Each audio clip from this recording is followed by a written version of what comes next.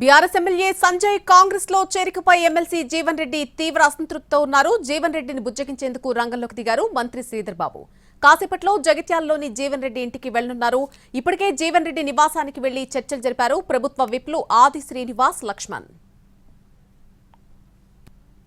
ఈ పదవి ఇయ్యమని ఒక్క రోజు కూడా అడగలేదు సార్. అంటే నేను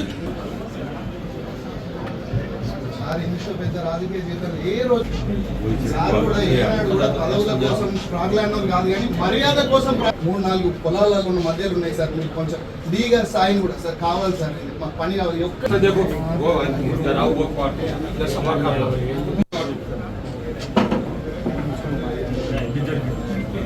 ఏ సార్ దగ్గర కూడా, ఏ ముఖ్యమంత్రి దగ్గర కూడా నాకు ఈ పదవి ఇయ్యమని ఒక్క రోజు కూడా అడగలేదు సార్. అంటే నేను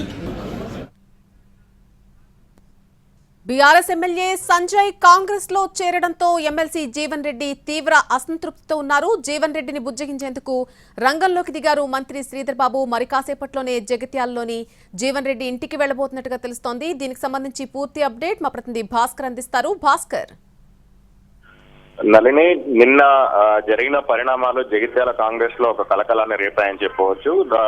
జగిత్యాల ఎమ్మెల్యే సంజయ్ కుమార్ కాంగ్రెస్ లో చేరడం ఏదైతుందో కాంగ్రెస్ లో చేరడాన్ని జీవన్ రెడ్డి తప్పుపడతా ఉన్నారు. తనను సంపాదించకుండా, కనీసం తనను అడగకుండా ఈ చర్చలు జరుగుతున్న నేపథ్యంలో కూడా తనకు చెప్పకుండా తనను ఈ జగిత్యాల ఎమ్మెల్యే ఎవరైతున్నారో ఆయన పార్టీలో చేర్చుకోవడం అనే అంశం పైన జీవన్ రెడ్డి తీవ్రంగా అలకబోనారు.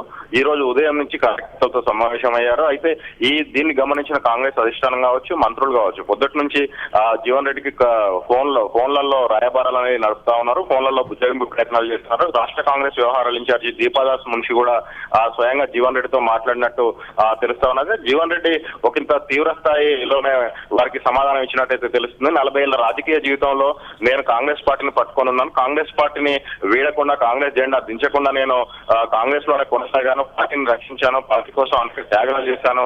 అయినా నాకు ఇచ్చే గౌరవం ఇదేనా? కనీసం తన నియోజకవర్గంలో ఎవరిని చేర్చుకుంటున్నారనే విషయాన్ని ఒక సీనియర్ నైనా తనకు చెప్పకుండా ఇక్కడ చేర్చుకోవడం అనే అంశాన్ని పదే పదే ఉటంకిస్తూ పిసిసి అధ్యక్ష పదవి విషయంలో కూడా గతంలో ఇలాగే తనకు అన్యాయం చేశారు.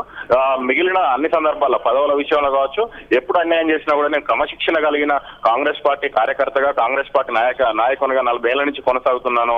నాకు ఇచ్చే గౌరవం ఇదే అని పదే పదే ఆయన వాపోయిన పరిస్థితి ఉన్నది. అయితే దాన్ని ఆ సిచ్యువేషన్ ను కొంచెం తేలికపరిచేందుకు, ఆ సిచ్యువేషన్ ను పరిష్కరించేందుకు ఉదయం ఉమ్మడి జిల్లాకు చెందిన ఇద్దరు విప్పులు అడ్లూరు లక్ష్మణ్ కుమార్, ఆది శ్రీనివాస్, వీళ్ళిద్దరిని కూడా కాంగ్రెస్ పార్టీ రాష్ట్ర నాయకత్వం జీవన్ రెడ్డి వద్దకు పంపింది. జీవన్ రెడ్డి వద్దకు వచ్చి వాళ్ళు బుజ్జగింపు ప్రయత్నాలు చేశారు. జీవన్ రెడ్డిని అనునయించే ప్రయత్నం చేశారు.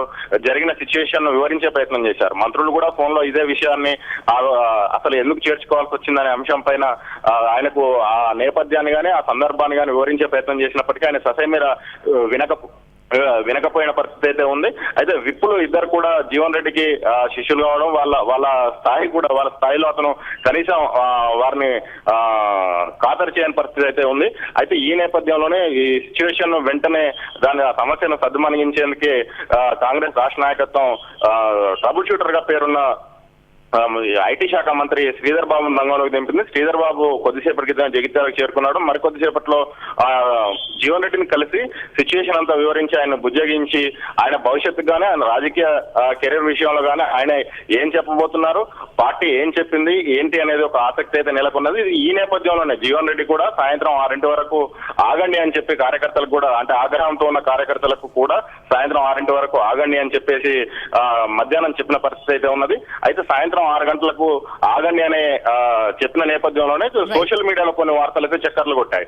ఏంటంటే బీజేపీ నేతలు కూడా వచ్చి జీవన్ రెడ్డిని కలవబోతున్నారు, బీజేపీలోకి ఆహ్వానించబోతున్నారని వార్తలు వస్తున్న నేపథ్యంలో శ్రీధర్ బాబు భేటీ అనేది ఒక ప్రాధాన్యత సంతరించుకుందని చెప్పవచ్చు. శ్రీధర్ బాబు ఈ సిచ్యువేషన్ ఎలా చక్కదిద్దారనేది ఆసక్తిగా ఉంది. జీవన్ రెడ్డి వైఖరి ఎలా ఉండబోతుంది, జీవన్ రెడ్డి ఏం చెప్పబోతున్నారు అనేది కూడా ఒక హాట్ టాపిక్ గా మారిన సిచ్యువేషన్ అయితే కనిపిస్తుంది.